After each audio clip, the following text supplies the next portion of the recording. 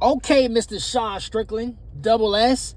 I see you what you did tonight. Even though you proved me wrong, this is exactly what we all wanted to see.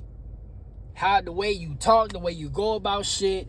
This is exactly how we wanted to see you fight. Is go out there, stick to your game plan, and even get the finish. And you, honestly, because I didn't think you had the power like that to put Fluffy away, but you did it. But with that being said, let's not get ahead of ourselves. And I'm gonna address Cam Zat either later in this video or on Monday's weekend recap, because there's a lot of conflicting reports whether Cam Zat going up, whether he's staying at middleweight. But let's not get ahead of ourselves. You went crazy tonight in Houston against Fluffy, but Cam Zat is a whole different animal. But hey, it's your boy DHP. Y'all know the rest, man. And this is my official UFC Houston review. And yeah, Double S, hey, he did the damn thing. And I ain't really mad at it. This is what we, like I said, this is what we wanted to see all along. Now, I always say this in my reviews. If you go back to my previews, I was pretty much spot on with everything other than the Michelle Pajeda and the Zachary Reese. I thought somebody was going to get knocked down in that fight, which we will get to later in the review. But that went to a decision. Obviously, Double S ended up destroying Fluffy Hernandez. But I'm going to go over the main card winners.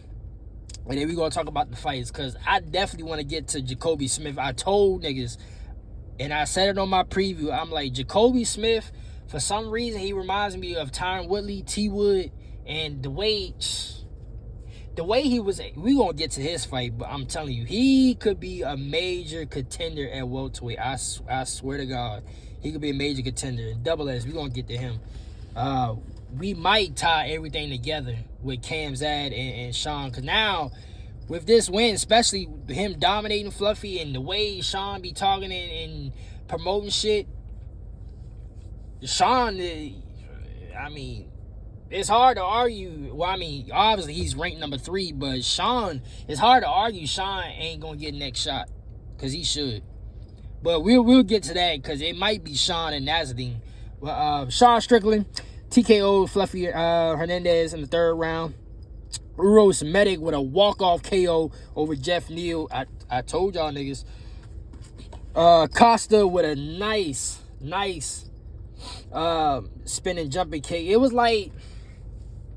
wasn't like Joaquin Buckley spinning kick, but I'm trying to figure out who the fuck it reminds me of like on some Edson Barbosa shit, the way he did Dan Ige, but he got him out of there in the 1st round.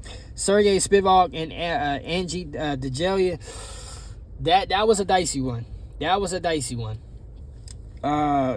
Spivak went to a 3-round decision. He got the split decision. Jacobe Smith with a dangerous TKO knockout TKO finish. It was pretty much a knockout over Josiah Harold.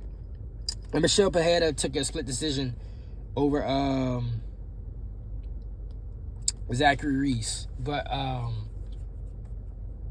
Sean Strickland and Fluffy Hernandez, that shit, I did. The way that fight went down, I low-key predicted that in the preview just to cut myself, I'm talking both sides of the coin here. I did say if Sean Strickland was to win this fight, it had to go this way, which I really didn't think it would be that way, because I feel like Fluffy was just overwhelming with his grappling. But the method that I gave Sean to win the fight actually happened in a more dominant fashion. It didn't happen like as in, Sean fought his fight and, Fluffy was still able to do his shit, but he just made a couple silly mistakes here and there, and Sean with more experience just got him over the end. No, it was Fluffy had small bright moments in this fight when he was pressuring, and you could hear the corner was telling Fluffy, like, when you pressuring Sean and keeping Sean on the back foot, even though he is low-key counting the fuck out of you, you got to make the fight dirty. He was getting a couple good shots, a couple good looping hooks, and that was staggering Sean a little bit. But credit to Sean, because he was pumping that jab out and he was just staying behind that jab. And Fluffy, and I was sitting there after the first round, like, Fluffy, he gonna have to find a way around that jab, because if he can't get to the jab, then nigga Sean is gonna be boxing circles around him. It wasn't really. It was a classic. If y'all watch any boxing fights, right? Y'all watch a Shakur Stevenson fight, or even a Floyd Mayweather fight to a degree, or just like any just boxing technician fight, where a boxer just technically piecing a nigga up. More so Shakur, because Shakur did that with T.O. and them. I mean, you gotta, all Sean was doing was just staying behind the jab. And Fluffy, when your opponent, aka Fluffy, when they can't find around that, the fight is so damn easy. And yeah, Fluffy had good moments in this. I wouldn't say good moments. He had small moments in this fight. It was like Sean really dictated the fight, and he could just do what the fuck he want to do. Even in the clinch exchanges, Sean was able to. I was really surprised on how strong. I mean, I guess the thing about Sean Strickland is you really don't know. I would say really don't know, but me personally, I don't know about how y'all feel, but me personally, I do underestimate Sean, how strong Sean is. So when I was seeing that he was able really to out clinch Fluffy, I'm like, Fluffy might be in trouble, because he already have a hard time closing the distance to take him down, because he can't get around the jab, and then Sean is just moving in circles around Fluffy is not cutting off the octagon well. I'm like, the fact that Sean is out clinching Fluffy gonna have to pull a something out of his ass, because this ain't working. You can't get around the jab, then you're not cutting off the octagon. You're letting Sean is putting pressure on you, and he's fighting on the back foot and countering you. It's like you gotta do something. You gotta do something to minimize the damage, because and that's all Sean was doing. He'll throw a couple kicks to the body here and there, but that's all he was doing was pumping out the jab. And Fluffy is one of those. I knew that Fluffy, he was gonna have to take some to get to get in some, but he couldn't do nothing with it. And that's because Fluffy, he couldn't. And credit to Sean, because Sean was actually much more faster with his footwork than he normally is. Every time Fluffy would try to go in and try to get a couple off, Sean would just sidestep. So it was kind of like Sean looked real good. Like, this probably the best. And I like that tweet. That tweet that's on the corner. Some of those half the time those tweets I be sucking my teeth at those tweets. So I'm like, what the fuck is they looking at?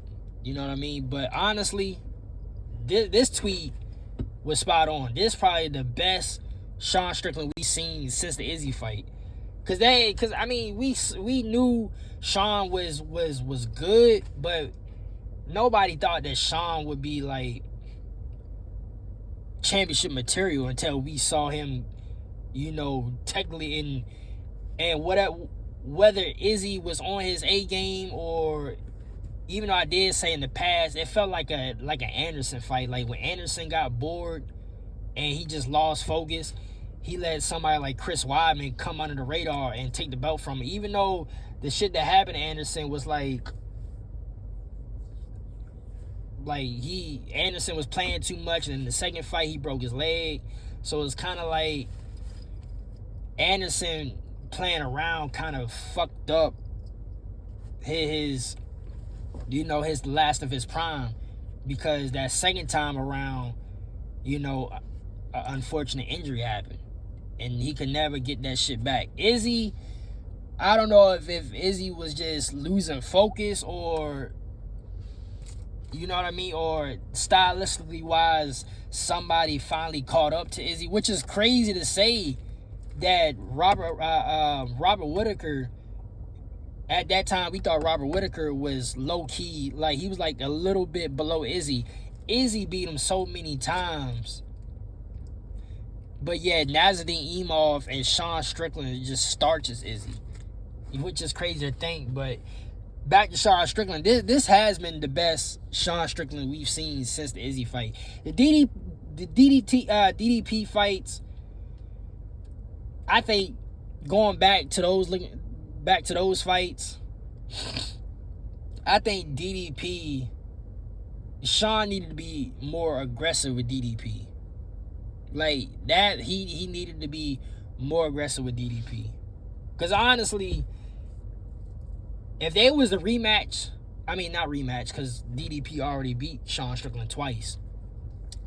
I feel like the way Sean fought this fight tonight, if there was ever to do a trilogy, I do feel like Sean would beat DDP this time around. But it's one of those things where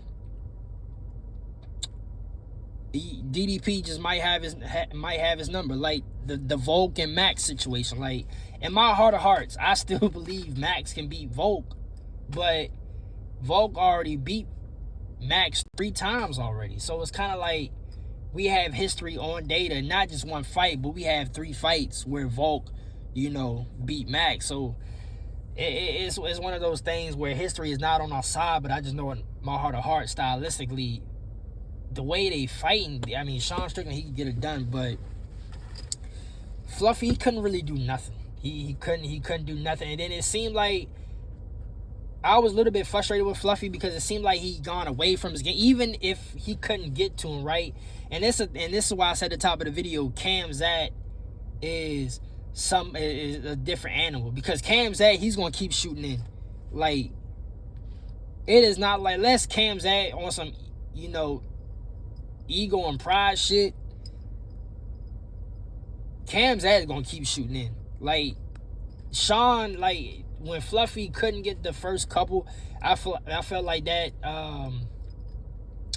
that really stopped Fluffy from like shooting in, because normally he would shoot in. Like, I'm gonna have to rewatch all his fights in particular. Well, not rewatch his fights.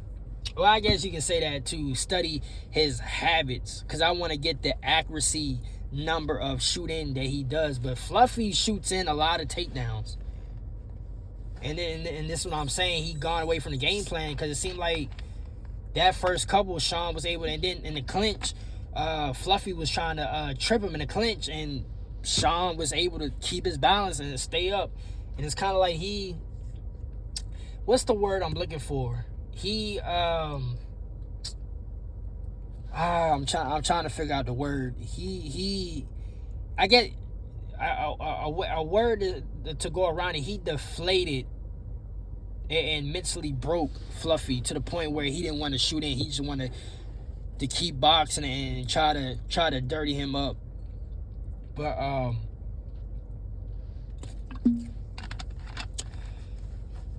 what can you say, bro?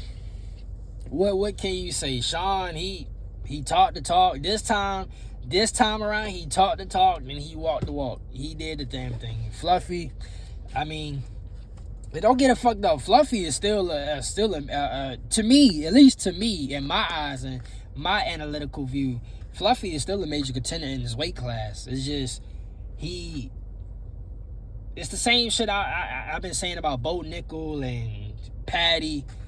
I think Fluffy, he needs his loss so he can adjust.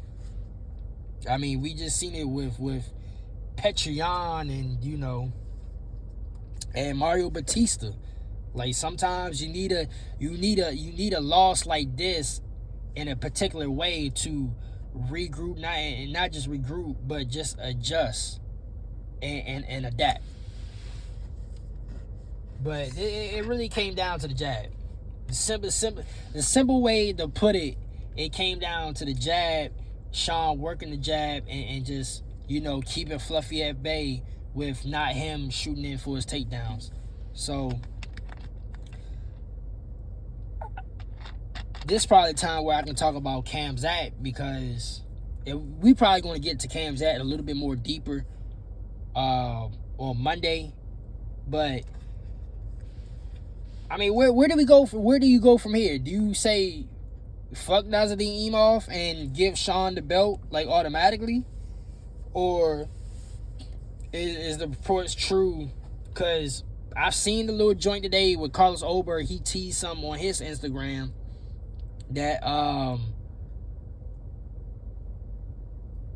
Carlos said he's about to have his fight contract signed. So it's a lot of shit. Yeah, definitely I'm gonna have to talk more deeply about it on Monday. But there's a possibility Khamzat might vacate the belt. I mean, we knew it was coming. I mean, Khamzat going up to lightweight, we know it's coming because I've said it on multiple videos and he said it on interviews. That he wanted to defend the belt one time and then go up. But now it seemed like he about to vacate the belt and automatically go fight Yuri for the vacant belt if Alex Pereira going up. So it's a lot of moving parts. We're gonna get into it more in depth Monday because I do feel like we might see something in the news tomorrow. But Sean, no matter how you slice it, Khamzat going up, Khamzat staying. Sean Strickland after tonight, he solidified his spot as, getting the next title shot, or maybe. No, I'm not even gonna say it. Because I don't even think. I think at this point, especially with both of them, because Sean got some beef with Khamzat, and then what Sean said at the media day, that got Nazaddine upset. So realistically, if you want to do on an entertainment factor, the way the UFC is now, it's there for Sean to get the next shot. And if you want to do it based on my philosophy, with Sean being a number 3 ranked fighter, and then he's beating a rising contender in Fluffy, who's ranked number 4, and really nobody else. Because who's number 2? Because you got Khamzat, Nazaddine, and who's number 2? DDP. DDP is number 2, and I think DDP got a fight booking coming up.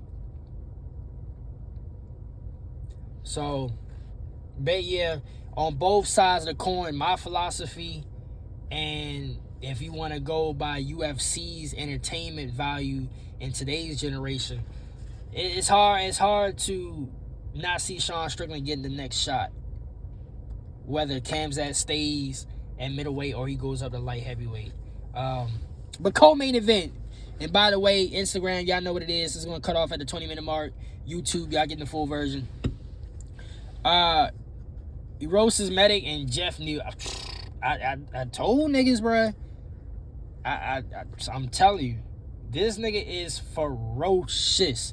And the way he caught Jeff Neal before the finish was even crazier. And he caught him again with pretty much the same shit, but he was just technically he was boxing inside and boxing at the range. He was just much faster than Jeff Neal. Just no matter how you slice and dice, it was simple. And then he caught him, and then the same time he caught him at the fucking temple and on some Roy Nelson shit. The OG fans of the sport, y'all know how Roy Nelson got, and Mark Hunt. Like definitely Mark Hunt. Because I think Mark Hunt got the most walk-off KOs in UFC history. And some of those walk-off KOs wasn't even like truly walk-off KOs. That was just his little signature joint. But he was hitting niggas so hard that the refs, and this is right around the time where we were starting to see them early stoppages come at a much more faster rate. But he was hitting niggas so hard that niggas wasn't getting back up. And if you was getting back up, nigga, you was about to flop right back down.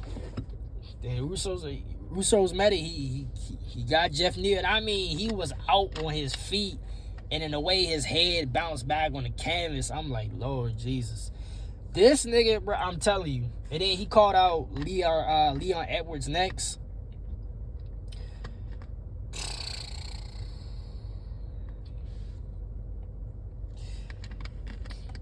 Leon, bruh, it's starting to get. If they do, I don't think that they making that fight, because Leon just got brutally KO'd like a couple months ago. So I don't expect Leon to even be fighting until like the summertime. But welterweight, bruh, as my common theme of my videos, there's a lot of weight classes with a bunch of killers that's not even ranked. And Usos Medic beating Jeff Neal is going to be inside the top 15 now. He's definitely going to be inside the top 15. When we do the rankings update, he's going to be either, he's going to take Jeff Neal's spot at 14, or he's going to be like at least like 13 or 12. Either way, he's inside the top 15. But welterweight, bruh, the future is bright. I be saying that a lot about lightweight, because lightweight is actually bright because we still have a mixture balance of the OGs and then the current generation and then the new generation all in the top 15.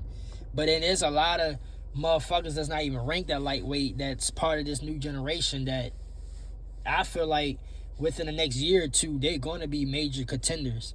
Welterweight is the same way. It is the same way. And one of these niggas is about to be in the top 15 now. And it's just the way he clipped Jeff Neal's temple. Like, and one thing that's underrated to me about Arusas is his level changes. Like, cause how quick he is with his strikes, his level changes even more lethal. It ain't like he's like a one-dimensional striker. Arusas Medic really have layers to his striking. And the way he can level change on you, I'm telling you, mark my words, this nigga gonna be a major contender. Give it like, now I will say, with the right matchup, he can get inside the top 6, 7 by late this year. But I'll be interested to see if he faced like a true grappler and see how he do with that. But this nigga's dangerous, bro. And I low-key feel bad for Jeff Neal, because Jeff Neal, he be he ain't no bum. Like, Jeff Neal is one of those, he's like, to me, he's like Neil Magny. Like, they just good journeyman fighters, but they still good enough where at least 7 out of 10 niggas in the division they can beat. Or at least 6, you know. But, well, I mean, we gonna get to Jacobe Smith later on tonight in this review, but Arusas Medic, boy, he is not to be fucked with. And it'll be interesting to see if they, I don't think they're gonna give him Leon Edwards, but it'll be interesting to see who he fights next. Cause I truly believe, like he said on the mic, I truly believe, cause with how quick his hands is and the power that he have and the way he can level change, I truly believe he can knock anybody out. That goes for Carlos Paredes. Shit, I mean, off the top of my head right now, he might get Sean Brady. If Sean Brady ain't got a fight booking yet, but he can beat Carlos Paredes, Marty Usman, Joaquin Buckley. I mean, he might knock out Ian Gary. Islam, he's, by time, in my personal opinion, the way I view Arusas Medic, by time he gets situated, like be inside the top 5, shit like that, I think Islam is going to be out of the sport. Because I think we probably won't see Arusas inside the top 5 or in like serious title talks until midway 2027. So next year. I think Islam, I mean, he could stay in, but I see Islam defending this belt against Ian Gary, because it seemed like it's going to be Ian Gary. Then if he beats Ian Gary, we might get the Ilya Taporia fight, and then whether he wins or loses, that's going to be his retirement fight. That's what I think is going to happen. But we'll see. We'll see. There's a lot of speculation in the fucking air, you know, with Cam's at and shit like that. So, Usos Medic, boy, that nigga dangerous. Dan Ige and Costa, man, bruh. This was another fight where I feel like Dan Ige, he couldn't really do nothing, bro. Costa was just, each exchange they had in the pocket and at range, just Costa was just so much better than him. And in the way he caught Ige, not with the spinning kick, but the first time he caught Ige and he almost finished him there, it's like, bro, all it's gonna take is just one extra flush shot to get Dan Ige out of there. And then sure enough, that spinning kick went straight through the guard and got Dan Ige the fuck on out of there, like close to the buzzer. And another one, bruh. Featherweight. Now, featherweight don't have too many prospects, like hot prospects through the ranks, that from what I see.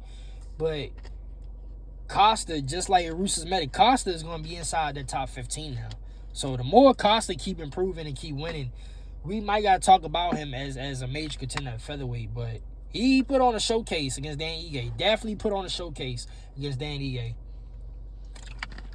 And Sergey Spivak and Ante DeJelia.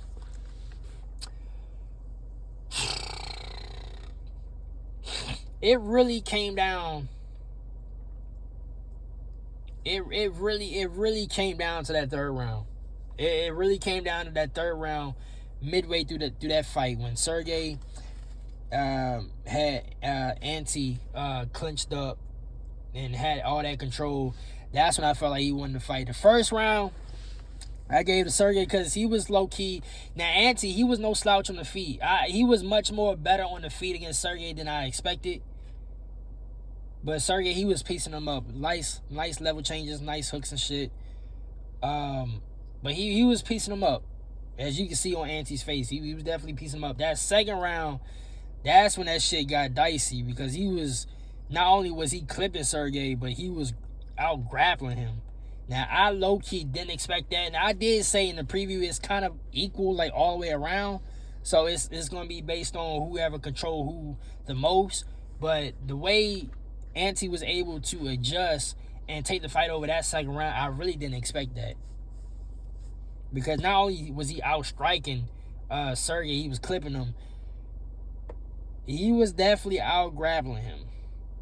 So definitely that second round gained to him. And then I felt like Sergey, he played it. I wouldn't say he played it safe in that third round, but he definitely he just did the simple shit just to get that dub. But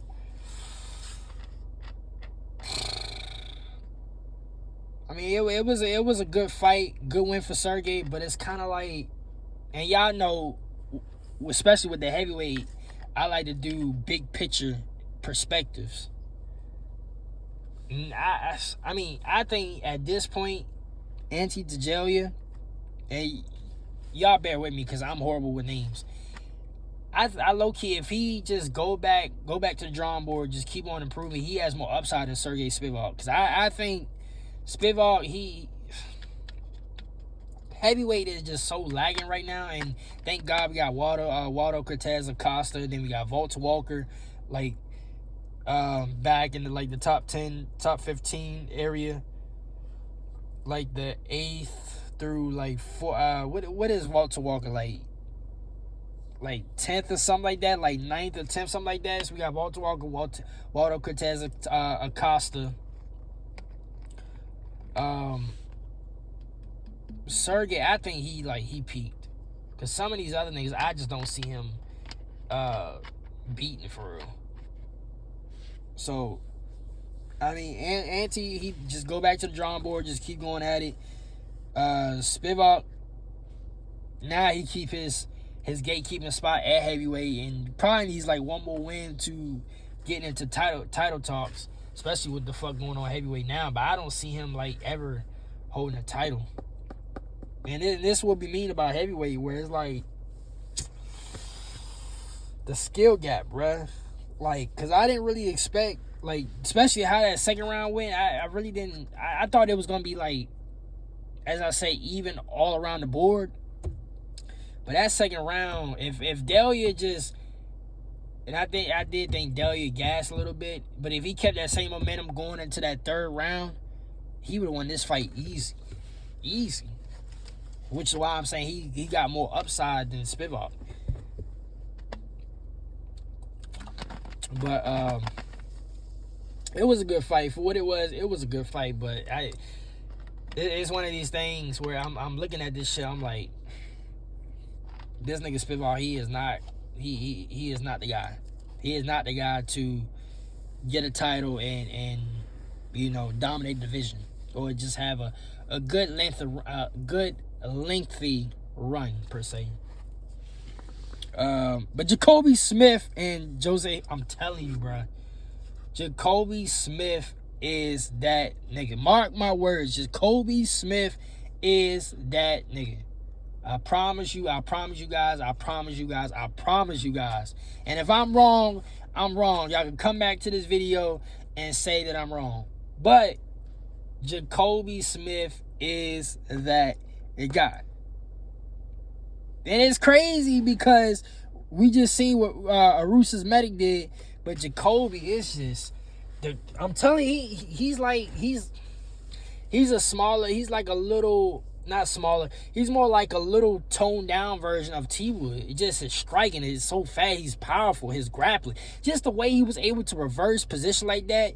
I mean, he was already piecing Josiah Harrell up, but when Josiah went for that takedown, got the takedown, and Jacobe reversed position and just throwing haymakers on the ground, looked like it was crucifix for a minute.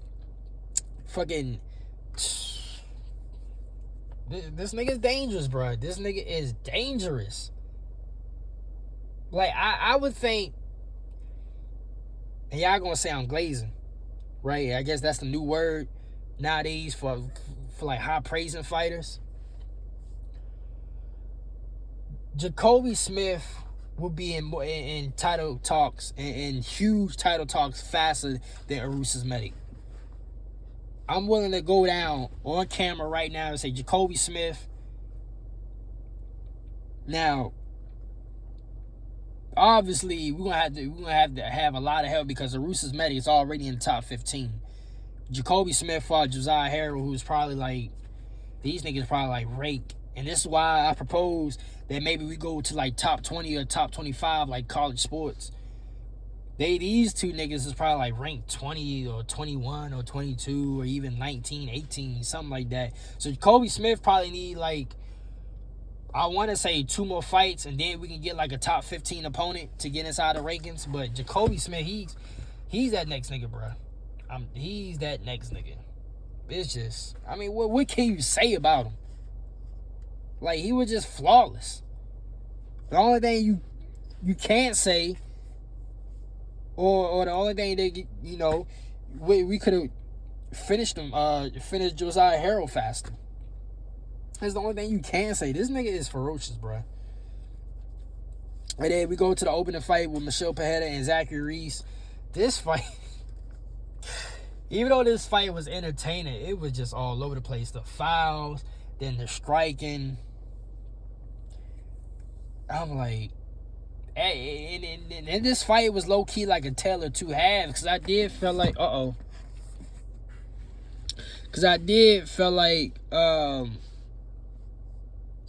Zachary Reese was getting tired because the way Michelle Pajeda was putting on that pace, he was counterpunching him and he was throwing out his little offense. But then it flipped to where Zachary Reese started grappling Michelle Pajeda and actually tiring Michelle out, and obviously the fouls and shit. Like, this was an entertaining fight, but it kind of didn't have no flow, and it was just all over the place. It's one of these fights where it was just entertaining. Like, you could watch this fight to be amazed and entertained, but we're taking nothing from this fight. Like, none of these niggas is contenders, not top 10 material. It was entertaining, but it was sloppy. But it was what it was with that fight. But yeah, Sean Strickland and I know niggas still ain't gonna put respect on Sean's name because how crazy he be talking, but man, it wasn't shocking, but it is shocking. Because we haven't seen, when the last time we seen Sean actually finish somebody? Like, I can't remember the last time Sean finished a nigga. And the only time we was like really surprised and shocked with the Sean Strickland fight is when he dropped Izzy. So, which goes back to the tweet that I agree with. This was the best Sean Strickland we've seen since the Izzy fight. But yeah, man, this concludes the UFC Houston review. It was actually a good night of fights.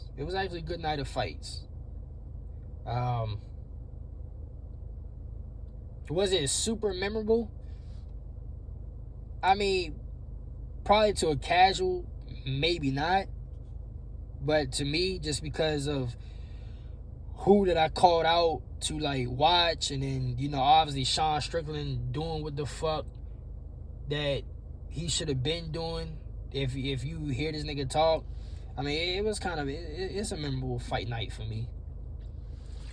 But nonetheless, this concludes the review show. Until my next video Monday, which is the Monday weekend recap. See y'all niggas later, man.